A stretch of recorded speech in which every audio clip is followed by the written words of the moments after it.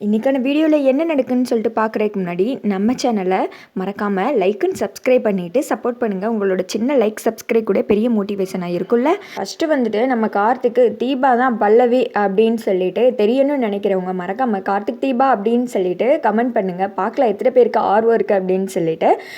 அப்படியே ஒரு வழியாக தீபா மூலயமா கார்த்திக்கு தெரிஞ்சிச்சுன்னா ஸ்டோரியே பக்காவாக வேறு லெவலில் போகிற மாதிரி இருக்கும். ஏன்னா இப்போதைக்கு வந்துட்டு எல்லா பழியும் தூக்கி ரூபஸ்ரீ மேலே போட்டுட்டாங்க அந்த ஸ்வேதா.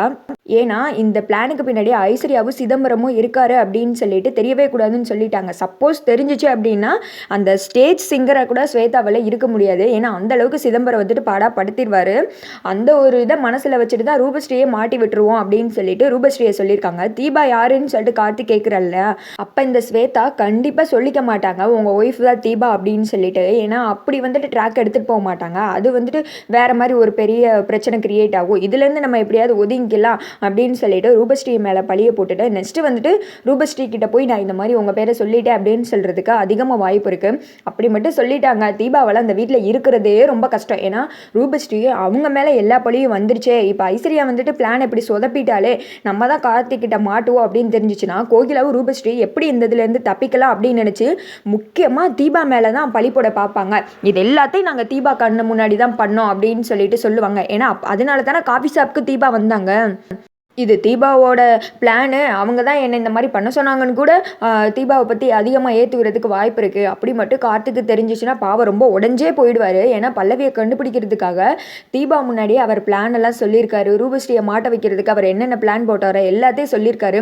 நம்பிக்கை எல்லாத்தையும் டிஸ்கஸ் பண்ணியிருக்காரு. முக்கியமாக என்னை நம்புன்னு சொல்லியிருக்காரு.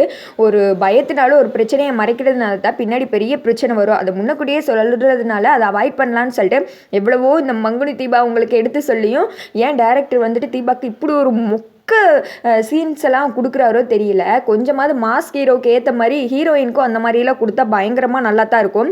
முக்கியமாக ரூபஸ்ரீ வந்துட்டு சொன்னாங்கன்னா அபிராமி கிட்ட தீபாவால் இருக்கவே முடியாது. மீனாட்சி அன்னைக்கு சொன்னது தான். இப்போ ஸ்வேதா பாடுறதுனால பாராட்டுறாங்க.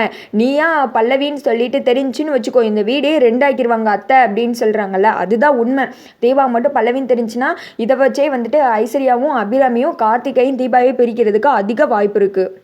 பார்த்தியாப்பா நீ எவ்வளோலாம் ரிஸ்க் எடுத்து எல்லாம் பண்ண, ஆனால் இவ இது கூட இருந்துக்கிட்டே சொல்லாமல் இருந்திருக்கா அப்படின்னு சொல்ல ஐஸ்வர்யா ஒருத்திக்கும் நல்லா ஏற்றி விட ஆரம்பிச்சிருவாங்க. இவ கஷ்டப்படணும் தான் சொல்லாமல் இருந்திருக்கா, இவங்க குடும்பமே ஏமாத்து குடும்பம் அப்படி இப்படின்னு சொல்லிட்டு தீபாவை மனசளவுலையும் ரொம்ப கஷ்டப்படுத்தி இந்த வீட்டை விட்டு வெளியில் அனுப்பிச்சிருவாங்க. என்னை பொறுத்தவரை வந்துட்டு தீபாவுக்கு அப்படி ஒரு தண்டனை கொடுத்தாதான் இனிமேல் இந்த மாதிரி வந்து விஷயத்தெல்லாம் கார்த்திக்கிட்ட மறைக்க மாட்டாங்களோன்னு தோணுது. வீட்டை விட்டு கொஞ்ச நாள் வெளியில் போயிரு, அப்போ தான் கார்த்திக்கிட்ட எல்லா உண்மையும் சொல்லணும்னு தோணும். ஏன்னா அவர் என்னை வந்துட்டு முழுசாக நம்புங்க, உங்களுக்கு எந்த பிரச்சனைனாலே என்கிட்ட ஷேர் பண்ணுங்க அப்படின்னு சொல்லிட்டு எவ்வளவோ தீபா கிட்ட ஓப்பன் அப் ஆகி இப்போ தான் வந்துட்டு கொஞ்சம் ரொமான்டிக் சீன்ஸ்லாம் உங்களுக்குள்ள பயங்கரமாக மாசாக வந்துட்டு இருக்கு. அப்போ போல் இந்த மாதிரி விஷயத்தெல்லாம் சொல்லாமல் மறைச்சி ஒரு மாதிரி பயந்து பம்மியே இருக்கிற மாதிரி கேரக்டர் வந்துட்டு தீபாவுக்கு சுத்தமாக செட் ஆகலை. ஒருவேளை ரூபஸ்ரீ எல்லாம் சொல்கிறதுக்கு முன்னாடியே ஆஃபீஸில் வச்சே நான் தான் சார் பல்லவி அப்படின்னு சொல்லிட்டு என்னை மன்னிச்சிருங்க அப்படின்னு கார்த்திக் கையை பிடிச்சோ இல்லை ஹக் பண்ணியோ இல்லை அவர் கண்ணை பார்த்தோ எதனால் வந்துட்டு தீபா எமோஷ்னலாக பேசினா கண்டிப்பாக வந்துட்டு கார்த்தி அதை அக்செப்ட் பண்ணிக்கிட்டு ரெக்கார்டிங்கை கூட நடத்தலாம். தீபா வந்துட்டு புரிஞ்சுக்கலாம் எதனால இப்படிலாம் பண்ணியிருக்காங்க அப்படின்னு சொல்லிட்டு. ஏன்னா 1000 முறை தீபா முன்னாடி பேசியிருக்காங்க. ஃபேமிலி விஷயத்தால் தான் லாக் ஆகியிருக்காங்க. அந்த பொண்ணுக்கு நான் வந்துட்டு விடிவு காலம் வாங்கி கொடுக்க போகிறேன், அவங்களுக்கு ஏதாவது ஹெல்ப் பண்ணணும் அப்படின்னு சொல்லிட்டு யாரோ ஒரு பொண்ணையே அந்தளவுக்கு அண்டர்ஸ்டாண்ட் பண்ணி புரிஞ்சு வச்சிருக்கிறவங்க கார்த்திக்கு கூட இருக்கிற ஒய்ஃபை புரிஞ்சிக்க மாட்டாங்களா? ஏன் டைரக்டர் வந்துட்டு இப்படி கதையை மொக்கையாக எடுத்துகிட்டு போகிறாங்க அப்படின்னு சொல்லிட்டு என்ன மாதிரியே இந்த சீரியலை பார்த்து கொதிச்சு போயிருக்கிற கார்த்திக் தீபா ஃபேன்ஸ்லாம் நீங்கள் வந்துட்டு மறக்காமல் கீழே கமெண்ட் பண்ணுங்கள். ஏன்னா எனக்கு மட்டும்தான் இப்படி வெறுப்பாக இரிட்டேட்டிங்காக இருக்கா இல்லை உங்களுக்கு அப்படி இருக்கான்னு சொல்லிட்டு மறக்காமல் கமெண்ட் பண்ணி